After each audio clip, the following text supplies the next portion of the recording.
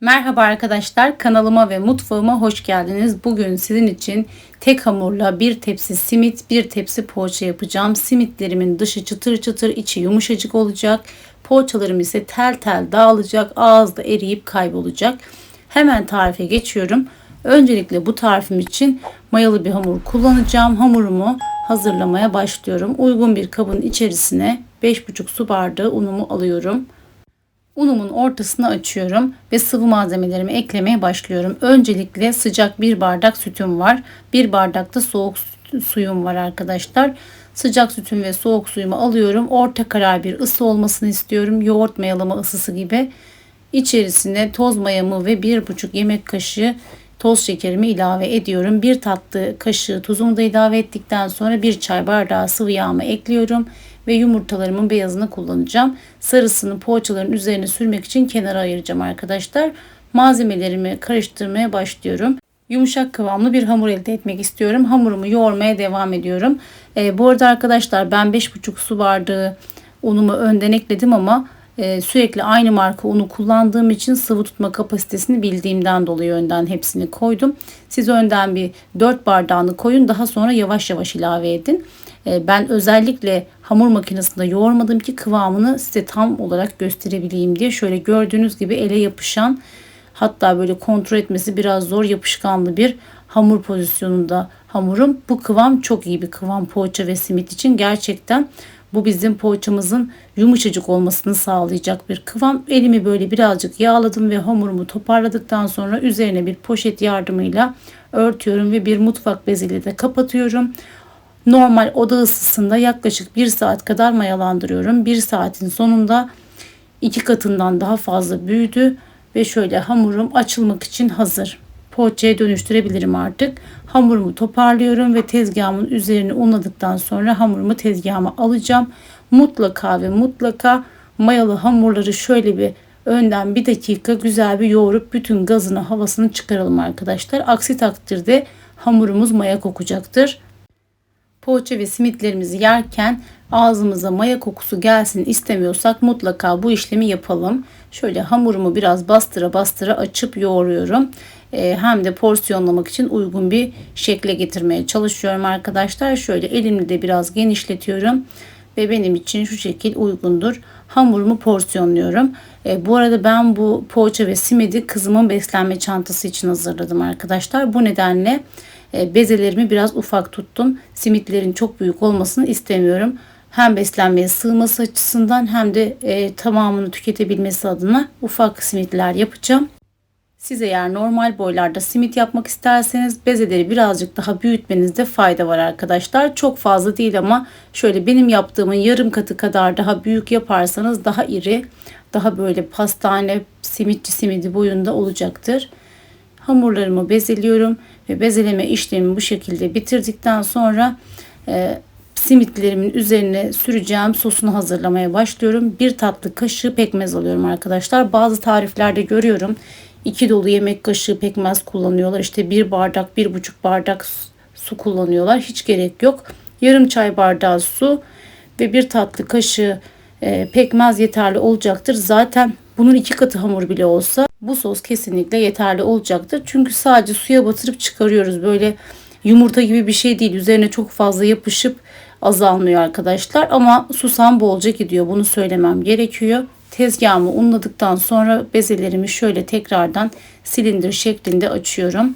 Mutlaka tezgahınızı unlayın arkadaşlar. Böylece hamurun kopmasını engellemiş olursunuz. Unsuz tezgahta yaparsanız hamurunuz çok hızlı bir şekilde kopacaktır. Şöyle hamurumu iyice büyüttükten sonra sarma işlemine başlıyorum. Şu videoda gördüğünüz gibi sararsanız da gerçekten görüntüsü çok şık oluyor. Güzelce hamurlarımı bu şekilde simit formu vererek hazırlıyorum. Dediğim gibi ben yarısını simit, hatta yarısından fazlasıyla simit yaptım. Bir 5-6 tane kadar da poğaça hazırladım. Şöyle silindir şeklinde açıyorum. Güzelce aynı kalınlıklarda olmasına dikkat edelim. Ve daha sonra sarıyorum. Uçlarından da birleştirdikten sonra simitlerim hazırdır. Sanıyorum 8 tane kadar simit yaptım. Simitlerim hazır. Gördüğünüz gibi önce pekmezli suya batırıyorum. Daha sonra susama batırıyorum. Bu arada az önce de belirttiğim gibi su gerçekten yeterli oluyor ama susam sanıyorum ben bu kadar daha susam kullandım. 8 tane simit için. Susam bayağı bir gidiyor. Onu belirtmek isterim. Yaklaşık 100 gram kadar susam kullandım. Şöyle önce simiti sonra susama sırasıyla batırıyoruz. Şöyle yağlı kağıt koyduğumuz tepsimizin içerisine yerleştiriyoruz. Şöyle gördüğünüz gibi görüntüsü gayet güzel. Zaten bir de hem tepside bekleme süreci hem pişme sürecinde de hacimlenecek, kabaracaklar arkadaşlar. Bu arada çıtır çıtır olmasını istiyorsanız simidin mutlaka 200-220 derecede pişirin arkadaşlar. 180'de pişirirseniz poğaça gibi olacaktır. Bunu da mutlaka belirtmek isterim. Dışının çıtır çıtır olmasının en büyük sırrı 200-220 derece aralığında pişmesidir. Fırınımın 220 dereceye gelmesini beklerken diğer taraftan da poğaçam için iç harcı hazırlıyorum. Benim kızım pizza sosunu gerçekten çok seviyor. Bu nedenle poğaçalarda da sıklıkla kullanıyorum arkadaşlar. Bir tatlı kaşığı salça, bir yemek kaşığı ketçap, kekik, sarımsak, zeytinyağı ve sıvı yağ şöyle bir karıştırdım. İçerisine çok azıcık da tuz ekledim arkadaşlar. Açtığım hamurumun içerisine sürüyorum. Şöyle uçlarında boşluk bırakacak şekilde süreceğim ki uçları yapışsın, sararken dağılmasın diye. Şöyle güzelce yayıyorum her tarafına ve yuvarlamaya başlıyorum. Şöyle kapatıyorum arkadaşlar ve spiral şeklinde saracağım. Bu arada poğaçamın da dediğim gibi tel tel dökülmesi için hem içerisine bu harcın içerisine sıvı yağ koydum hem de açarken mutlaka sıvı yağla açıyoruz. Simidin aksine unlamıyoruz. Simitte unlayarak açıyoruz. Poğaçada mutlaka sıvı yağla veya tereyağıyla açıyoruz. İçerisine şöyle bir tatlı kaşığı kadar sıvı yağ döktüm ve zaten hemen açılmasını etkiledi bu da. Hemen çok hızlı bir şekilde esniyor ve hamurumuz çok rahat bir şekilde açılıyor. Harcımdan tekrar alıyorum ve hamurumun içerisine seriyorum. Bu harç da gerçekten çok lezzetli yapıyor arkadaşlar. Kesinlikle salça ekşitmiyor, ağırlaştırmıyor. Tam tersine çok daha lezzetli, yumuşacık bir form kazandırıyor içerisindeki sıvı yağla birlikte. Rulo şeklinde sardıktan sonra spiral şeklinde de kapatıyorum. Bütün poğaça hamurlarımı da bu şekilde hazırlıyorum. 5 tane poğaça çıktı arkadaşlar bu hamurdan ve 8 tane simit çıktı. Simitlerim 220 derecede fırında pişiyor. Onlar çıkmaya yakında şöyle poğaçalarımın üzerine yumurtalı sos hazırladım. Yumurta ve sütü birlikte çırptım. Daha akışkan olsun, sürülmesi kolay olsun diye. Onu poğaçamın üzerine sürüyorum ve çok azıcık da çörek otu gezdireceğim. Çörek otunu da gezdirdikten sonra simitlerimi fırından alacağım ve poğaçalarımı fırına atacağım.